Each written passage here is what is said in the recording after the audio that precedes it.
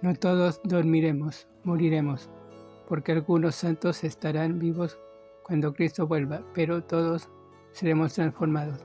Este misterio concierne al rapto o arrebatamiento de la iglesia. Cuando Cristo vuelva, los muertos resucitarán primero, los vivos serán arrebatados y todos serán transformados para ser como Cristo. Y todo esto ocurrirá en un abrir y cerrar de ojos. Pablo concluye con una nota de victoria. No puede haber aguijón en la muerte cuando una persona es cristiana, porque Cristo le ha quitado a la muerte ese aguijón. No puede haber victoria en el sepulcro, porque Cristo un día vaciará las tumbas y levantará a los suyos en el poder de su resurrección. Qué poca esperanza tenían los griegos cuando pensaban en la muerte. Las inscripciones en las tumbas de la antigua Grecia y Roma indican que la muerte era su mayor enemigo, que no veían ninguna esperanza más allá de la muerte. En Cristo tenemos vida y esperanza. En versículo 58 se menciona con frecuencia fuera de su contexto. Los cristianos pueden estar firmes y constantes, debido a que saben que si su peor enemigo, la muerte, ha sido vencido, ya no tiene que temer a ningún otro enemigo. Pueden abundar en el servicio cristiano, porque ese trabajo contará para la eternidad. Su labor no es en vano. Varias veces en este capítulo Pablo usa la frase en vano. Quiere decir vacío, sin contenido, debido a que la tumba está vacía. Nuestra fe no lo es, pero si la tumba no está vacía, todo lo demás es en vano. Nuestra predicación es vana, versículo 14. Nuestra fe es vana, versículo 14. Y nuestras obras son vanas, versículo 58. La resurrección de Jesucristo es la respuesta de Dios al lamento de Salomón en Eclesiastés, capítulo 1, versículo 2. Vanidad de vanidades, todo es vanidad. Gracias a Dios por la victoria que tenemos en la resurrección de Cristo. Comentario 1 Corintios capítulo 16. En ese capítulo final, Pablo da instrucciones respecto a la ofrenda para los santos pobres de Jerusalén y también exhortación para los creyentes de Corinto respecto a su vida en la iglesia. ¿Cómo recoger la ofrenda? Versículos 1 al 4. Una iglesia local recibe sus instrucciones financieras de la palabra, de la manera que ordene, y no del mundo. Qué triste es cuando las iglesias rechazan el método bíblico en cuanto a finanzas y adoptan métodos mundanos. Todas las iglesias en los días de Pablo siguen el mismo modelo bíblico. No había excepciones, aun cuando estas instrucciones tienen que ver con una ofrenda de auxilio ministerio. Los principios se aplican a las ofrendas cristianas en general. 2 Corintios capítulo 8 y capítulo 9 en la iglesia. De no ser así, porque Pablo menciona el primer día de la semana, las iglesias se reunían en el día del Señor y tenían sus ofrendas. Pablo no animó a los miembros a que le enviaran las ofrendas a él personalmente. Quería que la iglesia diera una muestra de amor a los creyentes judíos necesitados de Judea. Nótese en Filipenses capítulo 4, versículo 15 y 16, que Pablo estaba agradecido de las iglesias que le ayudaron con ofrendas. Un miembro de la iglesia tiene el deber de dar al Señor y a la iglesia sus diezmos y ofrendas. Esto no quiere decir que esté mal el sostenimiento personal a los obreros, 2 Timoteo capítulo 1, versículos 16 y 18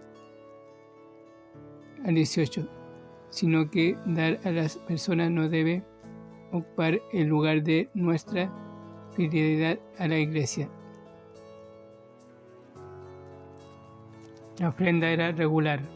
Pablo les animó a que trajeran su dinero semanalmente si les era posible. Algunas personas reciben cada semana su salario, otras cada mes. Lo que Pablo dice es: no deje que sus diezmos y ofrendas se acumulen en su casa. Ofrendar sistemática y regularmente resulta en crecimiento espiritual. La ofrenda era para toda persona. La ofrenda no era algo para que la diera el rico nada más, sino ricos y pobres por igual.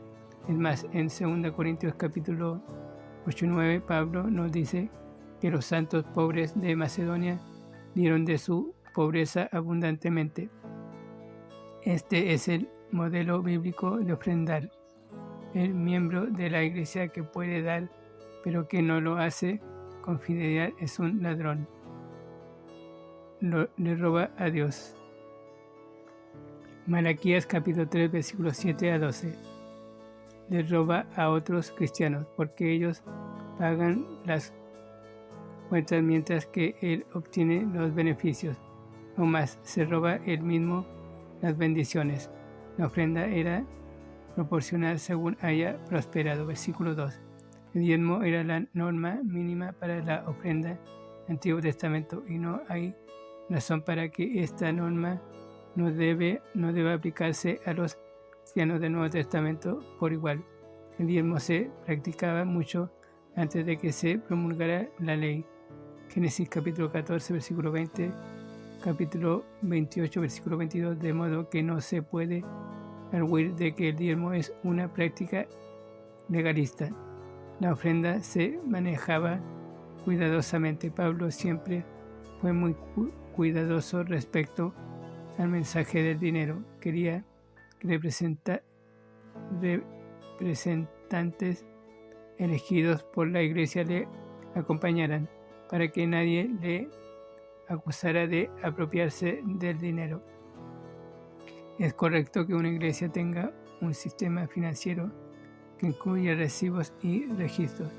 La situación financiera de la iglesia siempre debe ser la mayor posible como testimonio al perdido, y lo será si los miembros son fieles al dar y si los fondos se distribuyen con cuidado y en oración. ¿Cómo ayudar a los siervos? Versículos 5-12.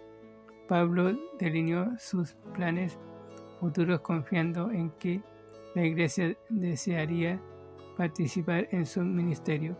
Estaba entonces en Efeso, donde había tanto batallas como bendiciones.